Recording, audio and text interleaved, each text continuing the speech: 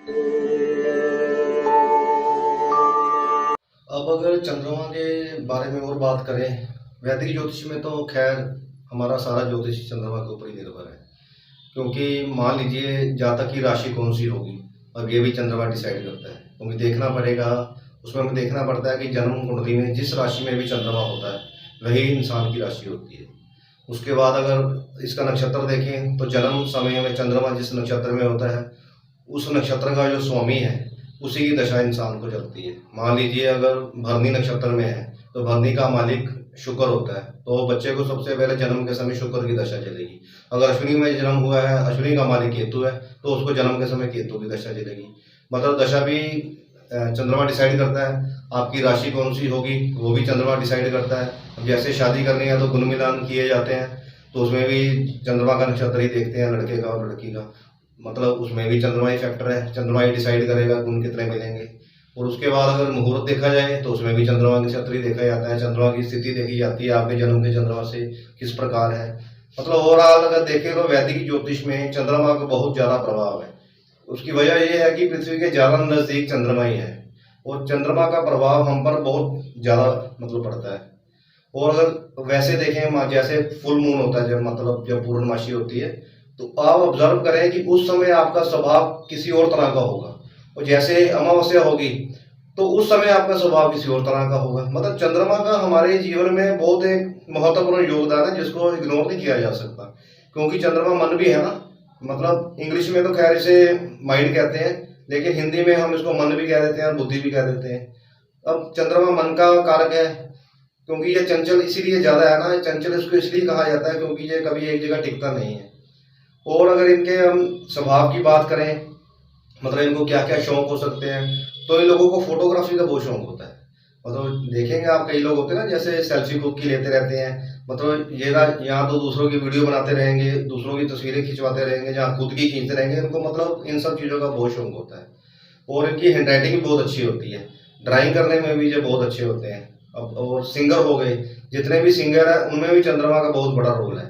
अब उनकी date of birth में भी 2 जरूर होगा, या तो उनका बेसिक नंबर 2 बन रहा होगा, या ग्रिड में होगा, पूरी डेट ऑफ बर्थ में 2 होगा, या डेस्टिनी नंबर 2 बन रहा होगा। मतलब 2 नंबर, मतलब यानी कि चंद्रमा का बहुत प्रभाव होता है। कोई भी सिंगर आपको ऐसा नहीं मिलेगा जो बढ़िया सिंगर है, सक्सेसफुल है, जिसमें चंद्रमा का कोई रोल नहीं होगा। और उसकी वजह यही है ना कि चंद्र प्रधान लोग बहुत मीठा बोलते हैं और बहुत शांत स्वभाव के भी होते हैं। ये लोग दिल से सोचते हैं, तो इमोशनल ज़्यादा होने की वजह से इनकी इनकी जो लाइफ है ना उसमें बहुत अप्स एंड डाउन्स आते हैं। क्योंकि जैसे मैंने पहले भी आपको बताया कि ऐसे लोगों का इमोशनल होने की वजह से लोग फायदा बहुत उठा लेते हैं। अब मान लीजिए ऐसा कोई आदमी है जिसकी कोई फैक्ट्री है, तो वर्कर क्या करेगा ना, उसको इतना सीरियसली नहीं लेंगे। वजह यही है क्योंकि सख्ती तो ये करेंगे नहीं। अब वो क्या करेंगे कि मान लीजिए छुट्टी करनी है तो इनको बताने की जरूरत ही नहीं समझेंगे, बिना बताए ही छुट्टी कर देंगे। मतलब अच्छा, फिर एक बात और भी है, ऐसे बात केस में क्या होता है कि जब वो दोबारा 3-4 दिन बाद मान लीजिए वापस आया, तो फिर ये लोग उसको कुछ कहने की बजाय ना तो उसको ये पूछेंगे, हाँ भाई क्या हो गया तेरे को, क्या प्रॉब्लम हो गई थी। अब उसको ये पता है कि ये लोग इमोशनल, वो कुछ भी कह देगा, झूठी कहानी बना देगा, मेरा बच्चा बीमार हो गया था, या मेरी बीवी बीमार हो गई थी, मेरे इतने पैसे लग गए, मैंने वहां से पैसे ले लिए। मतलब उसकी पूरी राम कहानी सुनेंगे। 3-4 दिन के पैसे जो छुट्टी की है ना उसको पैसे भी नहीं काटेंगे इनके, और ऊपर से खुद उसकी मदद कर देंगे। तो ऐसे फिर कर्मचारी भी इन लोगों का बहुत फायदा उठाते हैं। वैसे पहले मैं बता ही चुका हूँ, अगर ये ऐसा आदमी कहीं नौकरी कर रहा है तो फिर मालिक इसका फायदा उठाता है। मतलब ओवरऑल इसी वजह से ना, मतलब इनको स्टेबिलिटी नहीं मिल पाती, क्योंकि लोग इनकी भावनाओं के साथ खेलते हैं, जिसको पता लग जाए कि ये इंसान ऐसा है। कहते हैं किसी फीमेल का ये नंबर है, मतलब उसमें चंद्रमा के गुण बहुत ज्यादा है। अब मान लीजिए उसने कोई काम वाली रखी हुई है ना, तो उस केस में भी ऐसा ही होगा। वो भी मान लीजिए हफ्ता छुट्टी मार के बैठ गई ना, तो जब दोबारा आएगी तो उसको कुछ कहेंगे कुछ नहीं, उसको ये पूछने लग जाएंगे, हाँ क्या हो गया था, क्या प्रॉब्लम हो गई थी तुम्हें। अगले में वो भी ऐसे ही करेगी, कोई ना कोई अपनी छोटी मोटी कहानी बना के उसको सुना देगी, छुट्टी के पैसे भी नहीं उसके कटेंगे, ऊपर से पैसे ऐंठ लेगी इससे। मतलब इस तरह बहुत लोग इनका फायदा उठाते हैं। खैर ये तो बातें हो गई चंद्रमा की, और भी बहुत सारे इसमें फैक्टर आते हैं।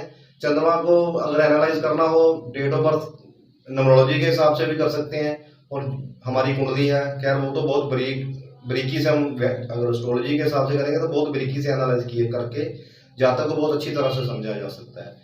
मेरा कहने का मतलब है कि अगर आपको किसी भी ग्रह के बारे में जानना है तो आपको उसके कारक तत्व, मतलब उसके ट्रेड जरूर पता होने चाहिए।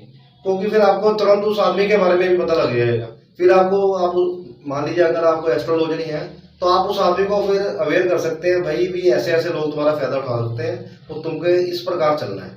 तो इस तरह फिर उसकी लाइफ काफ़ी मतलब बेटर हो सकती है।